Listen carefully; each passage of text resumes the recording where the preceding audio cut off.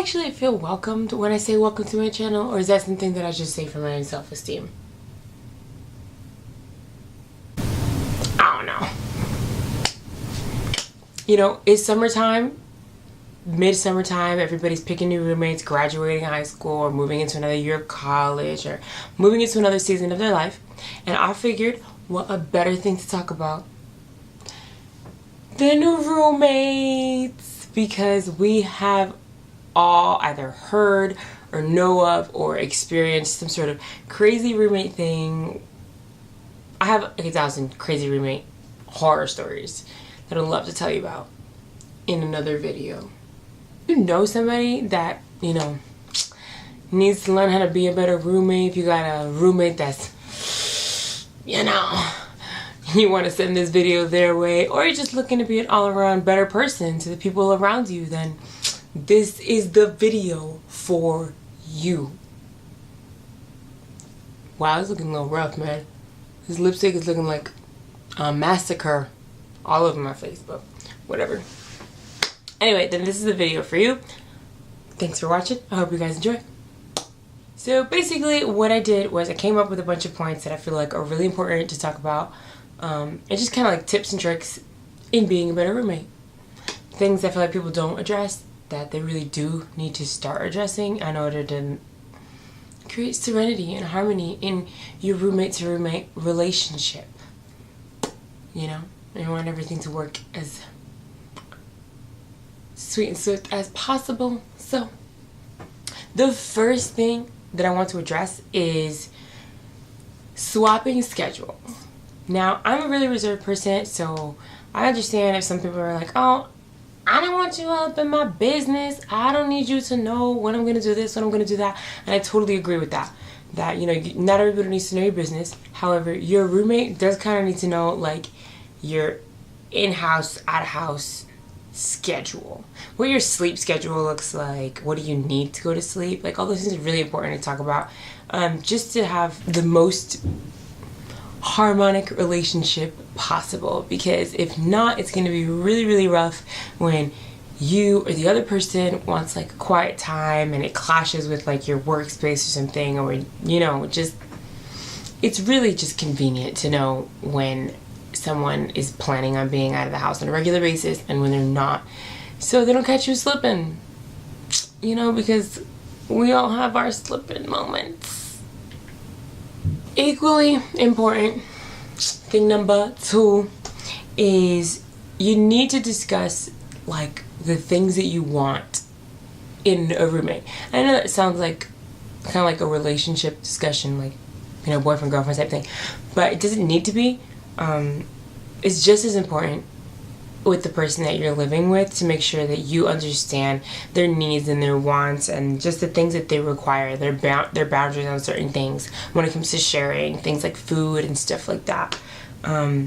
Or more importantly, here are like 3 questions that I think everybody should seriously ask their roommates before they live with each other, or even like within the first week of living together. I think it's really important. The truth of the matter is that you and your roommate, you guys are going to know each other on ways that other people don't know each other. You're going to learn a lot about one another, and you are most likely to see your roommate not at their best. So it would be wise to ask them the following 3 questions. What is your roommate's confrontation style? When there's a problem, how do they like to talk about it? How do they like to address it? Is it over text message? Would they rather have a sit-down conversation over coffee or lunch? Can you just give them a sticky note, and are they cool with that kind of stuff? You know, confrontation styles. You want like the smoothest transitions possible. And if there is a problem, you want it to be able to dissipate with ease. Secondly, is their love language. You know, it's really important to get along with your roommate. You don't have to be best friends with your roommate, but it's nice to know their love language. That way, you know, it just creates harmony. And if you just want another love language, to be able to compliment that person the best that they can. You want to make that person feel at home, and at the end of the day, you want them to like you, because you're gonna live with them. Like, you're living. I would hate to live with someone I didn't like, and the best way to commune with someone is to know that person and their love language and how they reciprocate love or give love or affection, and only any of those things. It's all really important to have in a housemate. Third is their comfort style. For me, this was really, really big because I walked in on a few of my roommates and, you know, just people that I love in general in really hard moments in their lives when they're going through something challenging, or I've walked in on them crying. It's important to know like what to do when your roommate is upset or when your roommate is going through something. Are they the kind of person that would want you to stick around and hug them, or do they want you to just like leave the house and come back in a couple hours with snacks? It's important to sit down and have that conversation because it's probably going to happen if you guys are going to, you know, be living together for any solid amount of time. You're probably going to see that person at their worst, and you're going to want to know how to deal with that. Otherwise, you're going to be an awkward sitting duck with this situation where you're like, oh no, why is your face leaking? I don't know what to do. And that's just an uncomfortable position for anyone to be in. So one up them, get ahead of the game, and before you guys live together for way too long, right off the rip, just ask them, hey boo, when you stressed out, how you want me to comfort you? How can I make this situation better for you? A third tip, do not sleep on issues that you're having. If you don't like that they do like X and Y, Z things, I don't know, if you don't like that they constantly leave their dirty underwear on like display in front of your reading desk or something, I don't know, I address those issues. Don't sleep on it. Don't don't do that. Don't be like, oh, I'm gonna wait 8 years and see if it goes away, because then you're just gonna build up resentment towards that person, and one day like you're going to blow up and it's gonna be way bigger than it needs to be. So just address the issues right away. If you know their confrontation style, like I said in the tip before, it'll be really easy for you and it could be sweet. Oh my gosh, this next one for me is so key. It is just like, this is the key to success right here. Like, where is DJ Khaled with them keys? Because this is one of them. So if we live together, don't feel like you need to spend an overwhelming amount of time with me. You don't need to force to be my best friend outside of living together, because the truth is that I need time to miss you, as I think does everybody. It's really healthy to have time away from one another. So like when you're not in the room, don't feel like you need to spend all the time with your roommate.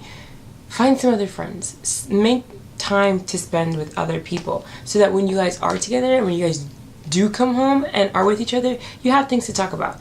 It helps your relationship flourish, and it just helps things work so much better when that person has time to miss you and can be like, oh, this is great, I'm gonna tell my roommate about this later.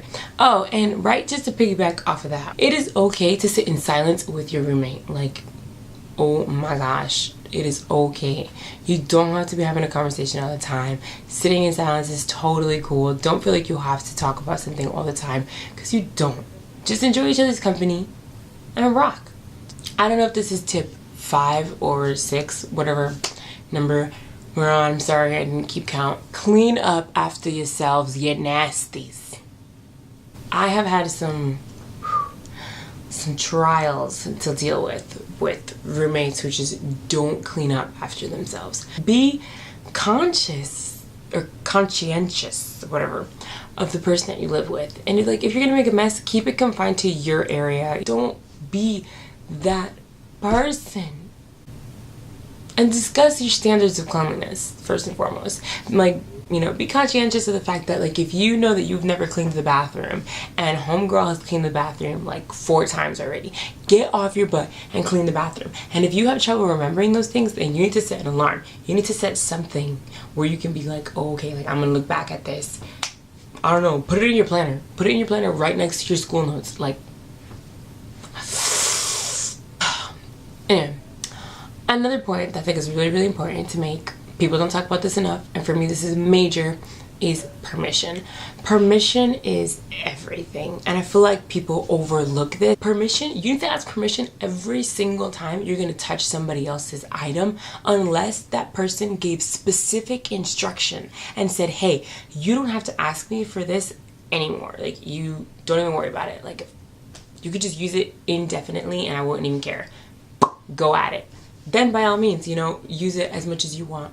But other than that, if they didn't give you indefinite permission to use that item, then you need to keep asking for it every single time that you want to use it, because permission is everything. And that person will eventually get sick of you asking, most likely, and they're going to say one of two things. No, you can't use it, or...